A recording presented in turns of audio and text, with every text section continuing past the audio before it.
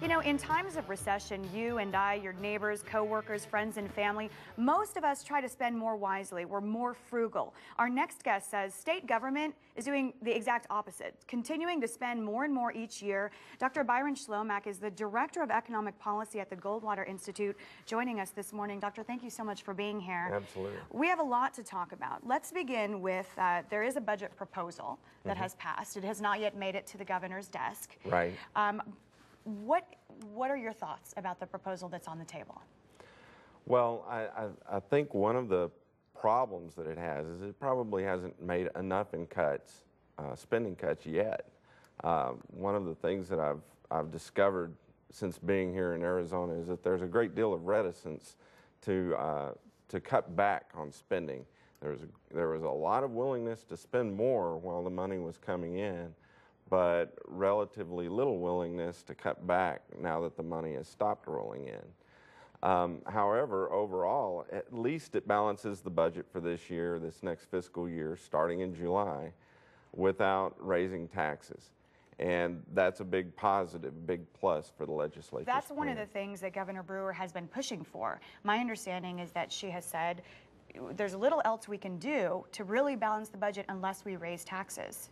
Well, and when you realize how large the budget problem is here in Arizona, there might be a little bit more willingness on the part of some people like myself to look at that option.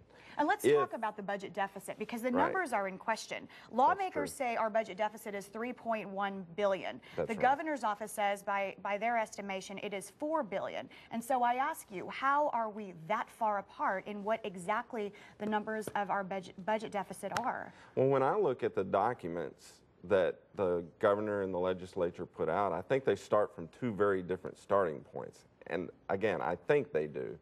The legislature seems to be starting from a point where it takes some of the cuts that have occurred since January as part of their starting point, whereas the governor starts with prior to January, before there were any cuts made to the 2009 budget.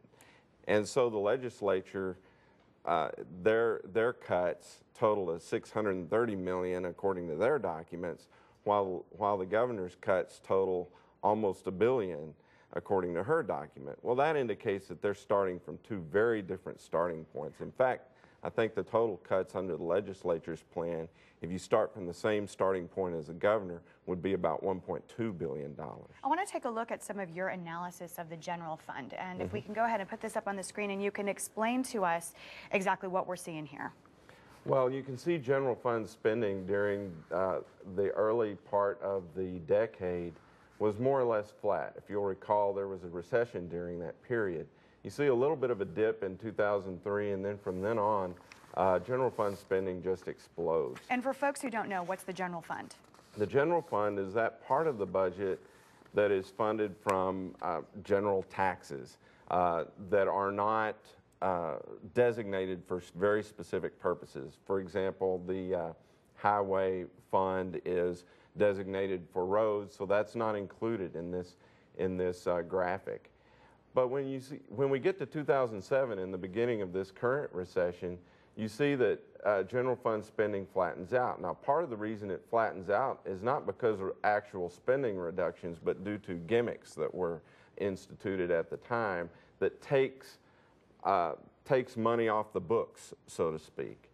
Then you see a little bit of a dip in 2009, but the 2010 number there is the one that's being proposed by the governor. Again, we have a more or less flattening of spending, but here we have what is a very deep recession, a very challenging recession for Arizonans, and yet you really don't see the big dip in government spending that you seem to think has occurred when you hear the propaganda put out by the spending interests. We have about 30 seconds left. What's your bottom line?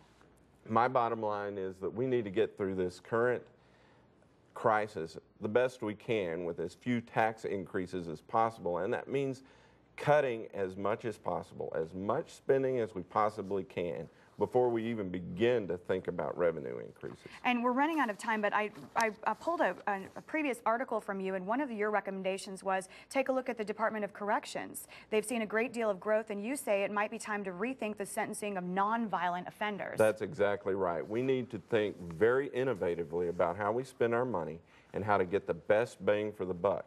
And with prisons, for example, we have GPS bracelets and such. We need to think more about getting prisoners to make restitution rather than just locking them up. Dr. Schlomach, thank you very much. I certainly appreciate you joining us on this Sunday morning. We'll see what happens. We're going to be reporting on this extensively in the days to come.